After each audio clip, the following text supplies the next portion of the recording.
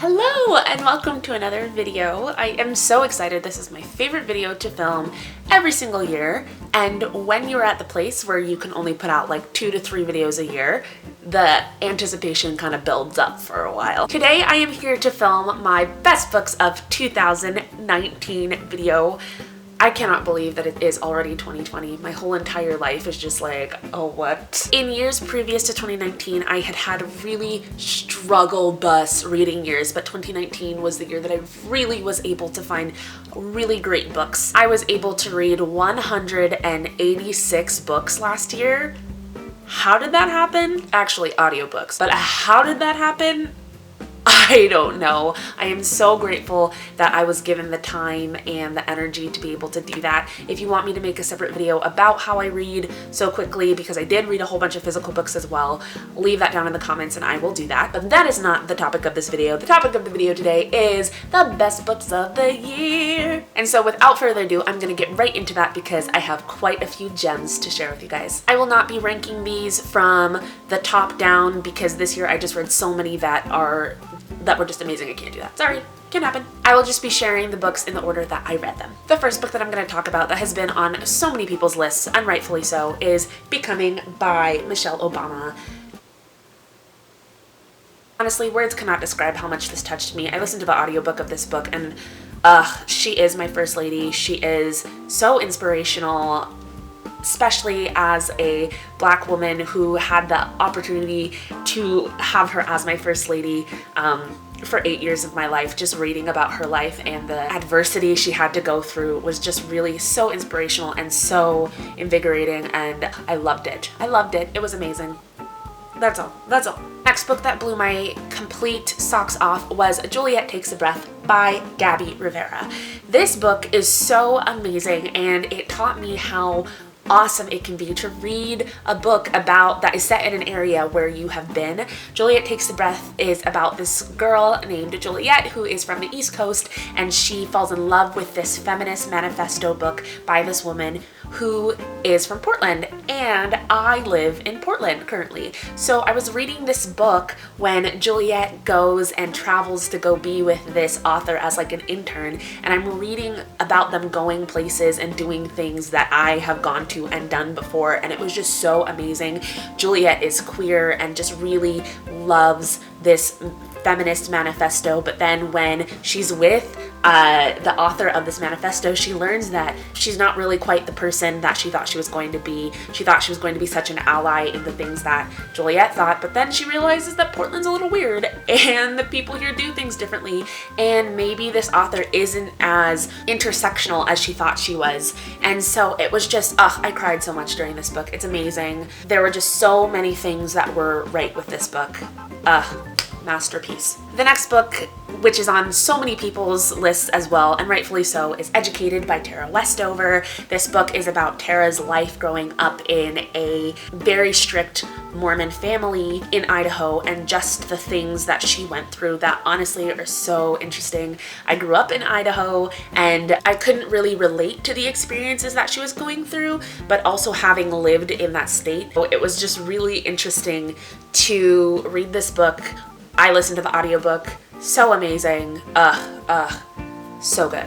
The next book that completely knocked my socks off was The Year of Yes by Shonda Rhimes. Shonda Rhimes is the writer of so many shows like Private Practice, Grey's Anatomy, How to Get Away with Murder, and she's just such an amazing person. This book is about a year where she decided to say yes to everything. She wasn't gonna say no. She realized that she had anxiety about a whole bunch of things, and she told herself for an entire year, I am going to say yes, and it changed her life. This was just so inspirational because as someone who has anxiety about trying new things, it kind of inspired me to go through my own very limited but still trying to have a year of yes. And so it was really good, and I listened to the audiobook of this, which is narrated by the author, and what else could I ask for? The next book that I have on my list is Joyful: The Surprising Power of Ordinary Things to Create Extraordinary Happiness by Ingrid Vollen. And this book just talks about how joy and happiness don't have to be these big, exuberant things that happen when you're at Disneyland or if you go on a cruise or something. Like, those things do bring happiness, but joy is just the little things that continue to make you happy. Like, some people might say that it might be frivolous to buy an orange jacket or something like that, but that orange jacket brings you joy, and every single time you put it on, it reminds you of just the fact that orange makes you happy. And so this was really validating to me, because there are so many little things that make me happy, and after reading this, I'm better able to cultivate those things in my life, so then I can live throughout my life with joy, which doesn't necessarily have to be something that I spend a whole bunch of money on or all that different kind of stuff. So this was really, really great. I read this in physical copy, but I am definitely going to be rereading this year because joy. The next book on my list is What I Know for Sure by Oprah Winfrey. Y'all know I love Oprah. I live Oprah. I literally will read anything that this woman puts out. And this book was just a book that Oprah wrote talking about the things that she knows for sure in this life. I listened to the audiobook. It was narrated by the queen herself, so everyone knows that this was amazing. And Oprah just, she's a goddess. She just, Oprah just has so much wisdom to share, and I just am all here for it. I will be here for it until the day I die. Like, thank you. The next book and the next couple of books are from my favorite author of the year, and that is Christina Lauren. The very first book that I read by them, because Christina Lauren is two women who write together, two best friends. The first book that I read was Love and Other Words, and I listened to the audiobook of this book, and this book is about a pair of childhood sweethearts that kind of have a chance to reconnect and just see what happened. And I love this book because it has current times, and then it flashbacks to when the two characters first met. And honestly, there were so many twists and turns. I was sitting in my living room, just having my headphones on, listening intently, and then I just started sobbing because this book is just so amazing. And my roommates who have lived with me for so long are just like, are you listening to an audiobook? And I'm just like And so it was amazing. I gave it to my sister. She listened to it, thought it was amazing. My mom listened to it, thought it was amazing. And this book just got me hooked onto Christina Lauren. So, probably one of the best, if not the best, romance book that I have read in the last 5 years. This and The Time Traveler's Wife. Following along that theme, my next favorite books are the Wild Seasons series, which is Sweet Filthy Boy, Dirty Rowdy Thing, Dark Wild Night, and Wicked Sexy Liar, all by Christina Lauren. Once again, more romance, but so well written. These books start off with these three girls who just graduated from college, and they're like, we're gonna go out, we're gonna have fun. And then on a night out, they meet these three guys. They wake up the next morning, they're all married, and the rest ensues. And so, so good. Honestly, I listened to the audiobooks of all 4 of these books and the mini books in between, and honestly, this is my favorite romance series that I've read, probably in the decade. That's a big statement. I have to think about that.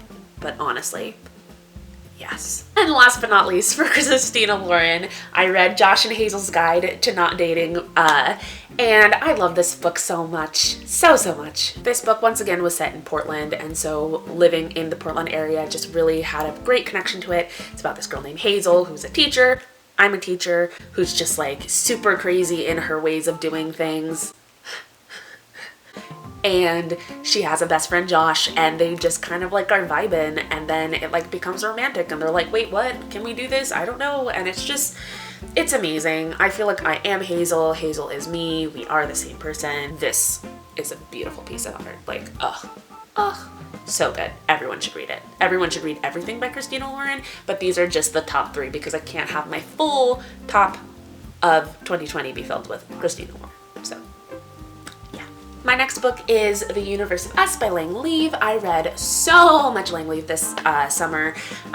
This is a book of poetry that just has to do with romance and breakups, so many things, and I cried so many times with this. I shared these poems with everyone who would listen, and probably some who probably didn't want to listen either, but I was just like, you have to hear this. Lang Leave just has such a way with words. I read almost all of her poetry books this summer, and all of them were so great, but The Universe of Us was the first one, and it just touched my soul. Another one that is on most people's lists for 2019 is Red, White, and Royal Blue by Casey McQuiston.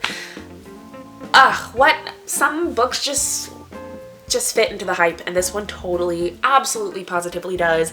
It's about the first son of the United States falling in love with the Prince of England, and what more could I ask for?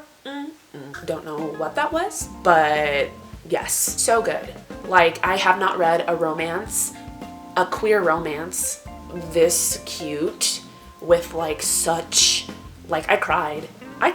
Like, this is fluff-y, but it's not light. Like, I cried so much. Oh, so good.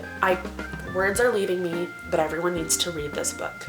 It's amazing. Next book is The Untethered Soul by Michael A. Singer. I listened and read a whole bunch of self-help and like inspirational books this summer. This one was one that really touched me. And it talks about how the voice that you hear in your head all the time telling you that like you're stupid or you don't know what you're doing or something like that, that's not really you. The person who is you is the person who's observing the voice saying those things, and that was huge for me because I have such anxiety and I can be so mean to myself when I listen to that voice, and it was so validating to hear that that voice was not me, and that I can just observe that and just say like, you're wrong, be quiet. Know that I will be returning to this over and over throughout my years. The next book is The Gentleman's Guide to Vice and Virtue.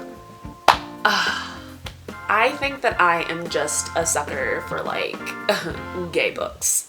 Like when a queer romance is written extremely well, like my heart just, this book is about Monty, who is literally just like a little like turd basket, and I love him for it. He's just like the most cocky, like sarcastic, like baby, and he's amazing, and he and his best friend Percy go out on an adventure. Is it queer? Is it cute? Is it amazing? Yes to all of the above. Everyone needs to read this or listen to the audiobook because it's a work of art. Hi there. So I was editing thinking that I got all of this footage good and dandy in my camera. I was ready to go and it didn't record the last 2 books from my list. And I'm like, why you gotta do me like that? So you get editing Gabby to show you the last 2 books because it would be a disservice for me not to share these books with you. First one is Maybe You Should Talk to Someone by Lori Gottlieb, and I love this book because it is about a therapist who starts going to therapy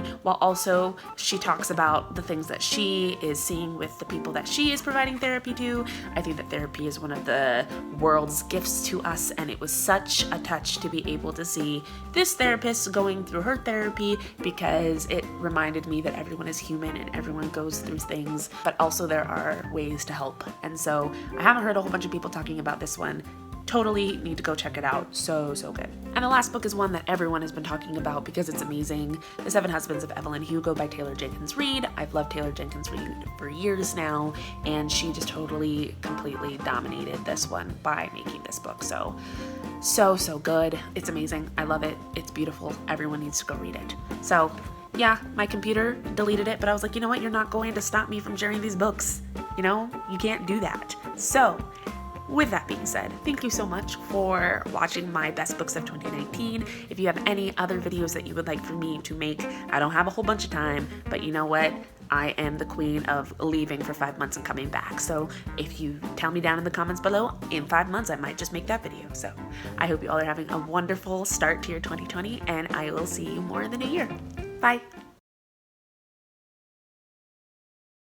There is an ant just crawling around the lens of this camera, and I'm like, excuse me, can you not?